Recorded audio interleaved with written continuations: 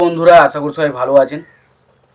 তো বন্ধুরা এখন আমি যে বিষয়টা নিয়ে কথা বলবো তো সেটা হলো সিতারে জামিন পার। তো সিতারে জামিন পার বলে যে সিনেমাটা এসছে আমির খানের, তো সিনেমাটা বলে রাখি এই সিনেমাটা একটা রিমেক সিনেমা, বাট আমি জানি না কোন সিনেমা থেকে রিমেক, কারণ আমি রিমেক সিনেমাটা দেখিনি। আমার এই সিনেমাটা ফার্স্ট টাইম দেখা, এবং সিনেমাটা দেখে আমি যদি আমাকে এক কথায় রিভিউ করতে বলা যে সিনেমাটা আমার লেগেছে কেমন, আমি শুধু এটুকুই বলবো, বাড়িতে যদি বসে থাকেন বাড়িতে বসে থাকবেন না। সিনেমাটা যদি দেখতে ইচ্ছা হয় যে আমি সিনেমাটা দেখতে ইচ্ছা করছে, বাট ভালো না কি খারাপ সেটা জানতে চাই, শুধু একটাই কথা বলবো, সিনেমাটাকে দেখুন। পুরো পয়সা উসুল সিনেমা, পয়সা উসুল সিনেমা। আপনি সিনেমাটা দেখে যেমন হাসবেন তেমন কাঁদবেন, তার সঙ্গে কিছু মেসেজ, যেমন আগে প্রত্যেকটাই সিনেমায় কিন্তু আমির খানের বেশিরভাগ সিনেমাতে আগে কী পেতাম যে সব কিছু রয়েছে, তার পাশাপাশি একটা একটা সুন্দর মিষ্টি একটা মেসেজ আমাদেরকে দিয়ে দেওয়ার চেষ্টা করা হয়। তো এই সিনেমার মধ্যেও কিন্তু সেই জিনিসটাই রয়েছে। তো আপনি যদি আমির খানের সিনেমার ভক্ত হয়ে থাকেন বা আমির খানের সিনেমা আপনার যদি ভালো লেগে থাকে না, তাহলে এই সিনেমাটাকে একদমের জন্য মিস করেন না। সিনেমাটা চরম সিনেমা, চরম সিনেমা।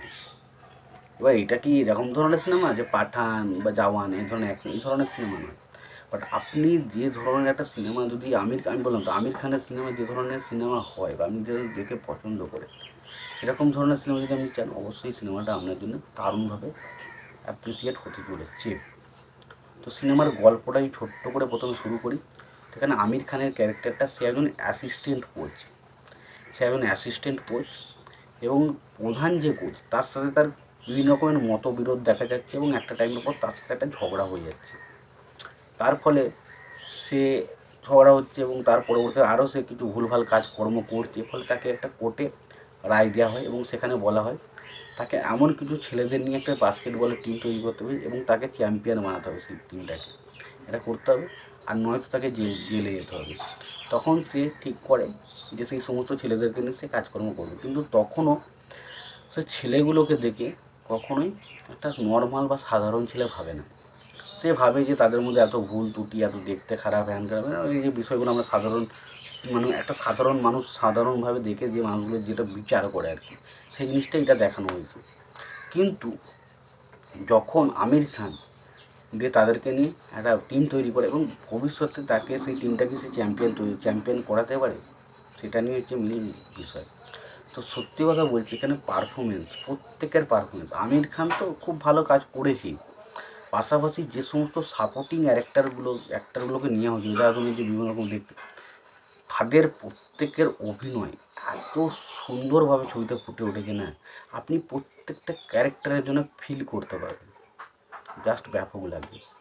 এবং এর পাশাপাশি আমি যদি বলি, ছবিতে কমেডিটা, যে কটা কমেডি সিন রয়েছে দারুণভাবে ওয়ার্ক করে, দারুণ কমেডি রয়েছে, অল্পই রয়েছে, ওই 5, 6, 7টার মতো সিন রয়েছে যেগুলো কমেডিটাকে, সেগুলো দারুণভাবে ওয়ার্ক করে, দারুণ। এবং কমেডিটা সত্যি কমেডির মতনই হয়েছে, আপনি যখন হাসবেন বিশাল হাসি পাবেন আপনার।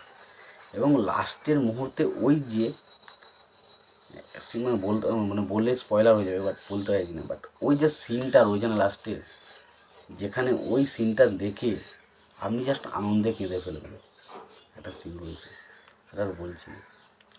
তো লাস্ট মুহূর্তে তো সত্যি ছবির ইমোশনাল পয়েন্টগুলো দারুণ, এবং ছবির কমেডিটা দারুণভাবে ওয়ার্ক করে। পাশাপাশি যদি ব্যাকগ্রাউন্ড মিউজিক বলি, এগুলো ঠিকঠাক লেগেছে, খুব একটা আমার অতটা ধ্যানও যায়নি ওসব দিক দিয়ে, তো আমার ঠিকঠাকই লেগেছে। তো ওভারঅল আমি বলবো সিনেমাটা ব্যাপক সিনেমা, ব্যাপক সিনেমা। তোমাদের যদি কারো সিনেমাটা না দেখা হয়ে থাকে, অবশ্যই বলবো সিনেমাটাকে চেক আউট করো। আর ভিডিওটি ভালো লেগে থাকলে লাইক কমেন্ট শেয়ার করে দেবো। চ্যানেলটা নতুন হয়ে থাকলে অবশ্যই তোমরা চ্যানেলটা সাবস্ক্রাইব করে নিয়ে পাশে বেল আইকনটা অবশ্যই প্রেস করে দেবো। ভালো থেকো, সুস্থ থেকো, দেখা হচ্ছে।